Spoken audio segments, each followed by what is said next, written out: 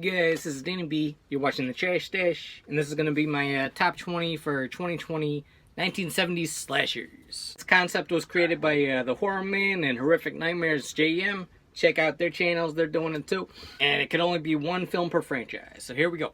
Coming up at number 20 is Strip Nude for Your Killer. Yeah, this movie's not really my favorite or anything, but it is kind of a fun watch just because it's so ridiculous. Coming up at number 19 is Who Saw Her Die? And this is another giallo, and this one's pretty good. This one's about this guy's daughter gets kidnapped, and then he's going around looking for her, and it turns out she gets killed. And now he's seeking revenge for the for his daughter's death. Alright, coming up at number 18 is Tourist Trap. This is a fun one. This is Charles Band made this before he was doing Full Moon stuff. It's got talking mannequins and, you know, all kinds of crazy shit in it. Alright, coming up at number 17 is Torso. This is a decent film. It's okay. I like certain scenes in it, then the rest of the movie is kind of like eh. But yeah. Number 17 is Torso. Alright, coming up at number 16 is Tormentor, also known as Death Carries a Cane. And this one is kind of like, it's pretty generic, but I really like it. And I love the music in it. I gotta look for like a better copy, because the copy of this one's kind of shitty, but yeah. Tormentor, number 16. Alright, coming up at number 15 is Dario Argento's The Bird with the Crystal Plumage. And I think this is maybe his first film. Yeah, this one is really good. The story on it is pretty cool. It's a little slow, but it is like a good story and good mystery and shit. Alright, coming up at number 14 is Jess Franco's Jack the Ripper with Klaus Kinski. This is kind of like a Hammer film mixed with like Italian gore and shit. Yeah, I like anything to do with Jack the Ripper for some reason. I'm not like a true crime guy so much, but Jack the Ripper, I don't know. I like Jack the Ripper movies. Alright, coming up at number 13 is Texas Chainsaw Massacre. I like this movie. I've always kind of, like, I love the sequel. And then the original has always kind of been in the middle for me. Like, I don't hate it or anything. I actually, it's kind of growing on me now. But back in the day, I always kind of was like, eh. And it used to actually make me kind of sick. I don't know, it was just like all the bones everywhere and the close-ups of like spiders and shit. Yeah, it's kind of nauseating, but it's kind of growing on me. I like it more and more.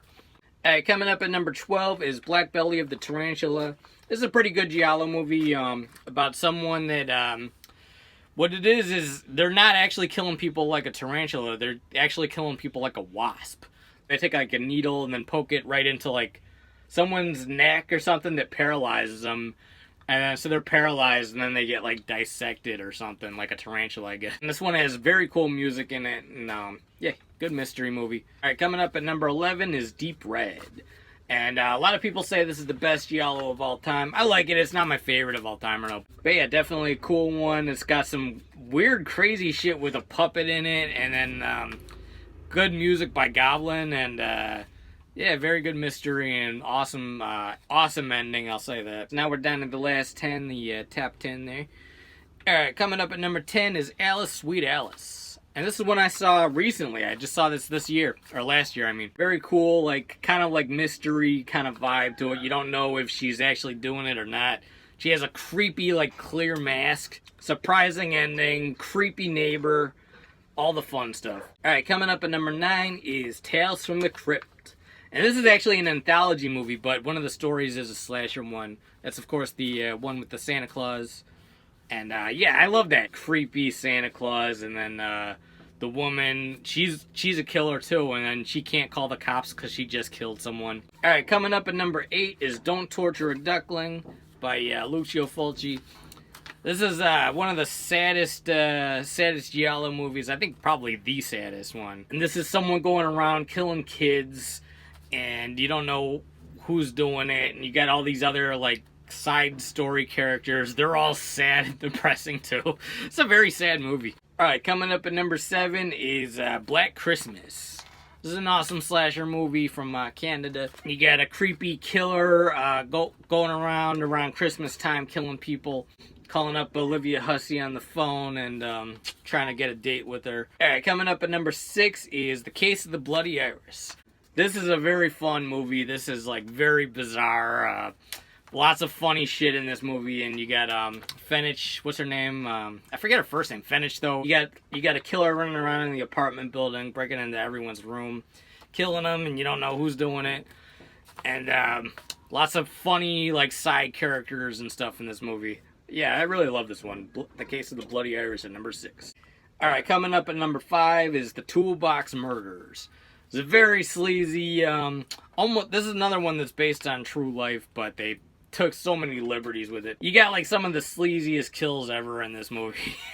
Especially the one involving the porn star in the bathtub and the nail gun.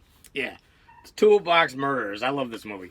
Alright, coming up at number 4. This is my favorite giallo from the 70s. Not from the 80s, but from the 70s. Eyeball. This is technically a giallo, but it's really just a slasher film. Like, it's that level of, like, violent to where it's basically a slasher. You got a group of tourists touring in Spain. They're from America. And then someone's going around killing everyone in the tour group, taking their eye out. And the killer's running around in, like, a red raincoat. It looks like, I Know What You Did Last Summer, but with a red garbage bag raincoat. Alright, coming up at number 3 is Hands of the Ripper. This is another one based on Jack the Ripper, but what it is Jack the Ripper's daughter is possessed by his ghost. Or possessed by his evilness, I guess you could say. I'm going to say for right now, this is my favorite Hammer film. I love this one. Hands of the Ripper. This is another sad movie. But yeah, it's a Hammer slasher based on Jack the Ripper where a girl, or his daughter, is possessed by his ghost. And that's awesome. Alright, coming up at number 2 is The Driller Killer. And this is an awesome movie. This is like, almost like a Taxi Driver level slasher film, where it's more like a study of what's driving this guy so crazy. Like, he can't pay his bills. He's fucking got neighbors that are playing rock music till 3 in the morning. He's trying to do like a painting, but he's got creative block. He can't really like do anything creative. He's just like completely frustrated. Then his dad was his dad abandoned him at a young age, and his dad is like a homeless guy. So he runs around with a drill, drilling homeless people. So that's number 2, Driller Killer. Alright, coming up at number 1 is, of course, Halloween. I love Halloween. What can you say? It's a fucking classic. Everything from the mask, to the atmosphere, to the direction, to the story, characters, everything's there for Halloween. So that's number 1, Halloween. Alright guys, this is Danny B. You're watching The Trash Stash. That was my top 20 for 2020 70s slasher movies. Check out everyone that's doing this. Check out the TheHORROman's channel. Check out Horrific Nightmare JM's channel. Let me know what you think of those movies. Do one for yourself. Hit the like button, comment, and subscribe. Peace out.